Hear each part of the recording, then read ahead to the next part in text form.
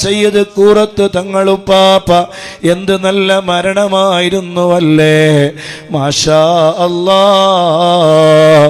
കുടുംബക്കാരോടൊക്കെയും പറഞ്ഞ് എല്ലാവരോടും എല്ലാ സന്തോഷങ്ങളും പങ്കുവെച്ച് അതേ ഞാൻ യാത്ര പോകാൻ നിൽക്കുകയാണ്, ഞാൻ യാത്ര പോകാൻ ഒരുങ്ങിക്കഴിഞ്ഞിട്ടുണ്ട്. അല്ലാ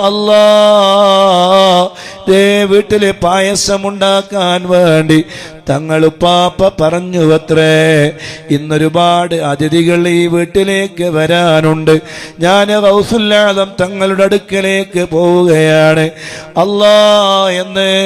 അതേ നിങ്ങളെല്ലാവരും ബുറുദ ചൊല്ലണോ?